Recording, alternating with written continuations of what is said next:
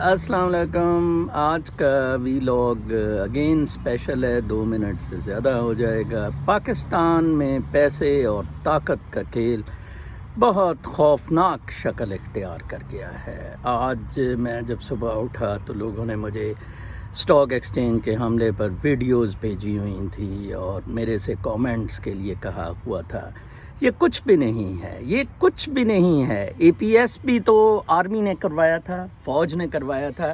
میں اس وقت امریکی جھنڈے کی ٹی شرٹ میں ملبوس یہ ویلاگ کر رہا ہوں اور امریکہ کے میرے پر بڑے احسانات ہیں، لیکن اس کے باوجود میں امریکہ کو 9/11 کا مورد الزام ٹھہراتا ہوں. وہ 9/11 امریکہ نے خود کروایا تھا. اسی طرح ISI نے خود کروایا ہے اور یہ آج کا اسٹاک ایکسچینج کا حملہ بھی ISI نے خود کروایا. مجھے ایک ویڈیو جو سب سے پہلے کسی شخص نے اپنی کار میں سے فلمائی وہ موصول ہوئی. میں بہت حیران رہ گیا کہ اس میں وہ 2 لڑکے بتا رہے ہیں کہ اس طرح حملہ آور آئے ہیں، حملہ ہو رہا ہے، سر پلیز اپنے کچھ بھیجیں.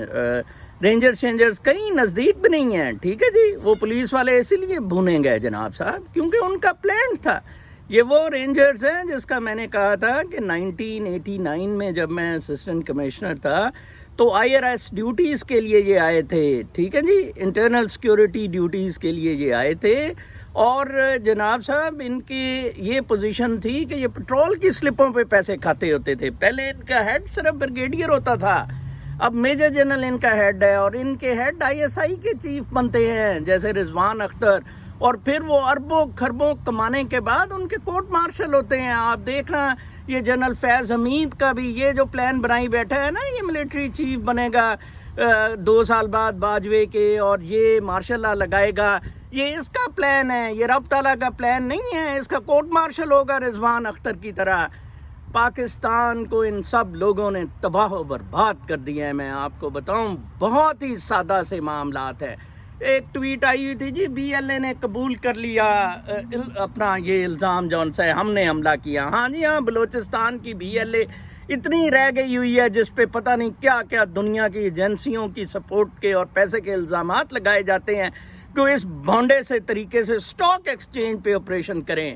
ہاں، اصل معاملہ کیا ہے میں آپ کو بتاتا ہوں، جس کی میں نے کل ٹویٹ کی تھی. جرنیلوں کی آپس کی لڑائی شدت اختیار کر گئی ہے.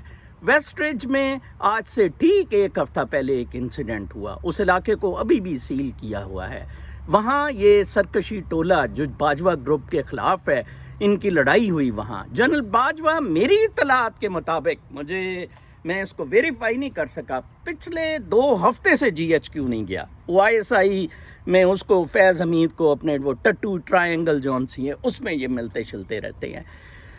فوج ڈیوائیڈ ہو گئی ہے، فوج پاکستان کی ڈیوائیڈ ہو گئی ہے. اب یہ آپس میں بھی لڑے مریں گے، آپ سب کو بھی ماریں گے. میرا ہمیشہ یہ ویلاگز کے تھرو آپ کو پیغام رہا ہے کہ آپ اکٹھے ہوں لیکن صفائی ستھرائی اور حب الوطنی میں اکٹھے ہوں. آج طلعت حسین نے بڑا دلچسپ لکھا ہوا تھا کہ میاں جی ہن تسی چپ دا روزہ توڑ دیو. واہ یار، چپ دا روزہ توڑ دیو. وہ غریب نواز شریف بیچارہ اپنی A1 فیلڈ اور پراپرٹیاں بچا رہا ہے. مریم نواز شریف ٹویٹری بند کر کے کوئی 1 کروڑ کا پرس اپنا بچا رہی ہے اور تمہاری ٹوئی میں یہ بڑا ہوا ہے. تمہیں بھی پیسے نہیں مل رہے. طلعت کے بھی پیسے بند ہو گئے تو طلعت کو تکلیف اٹھ رہی ہے. جی اب کیا ہو، یہ ہمارے دانشور جو بنے پھرتے ہیں ٹٹو. میں امریکہ میں ہو کے یہ جرت دکھا رہا ہوں کہ جہاں امریکہ غلط ہے امریکہ کی بھی بات کر رہا ہوں، جہاں یہ لوگ بدماش چور و چکے غلط ہیں ان کی بھی بات کر رہا ہوں.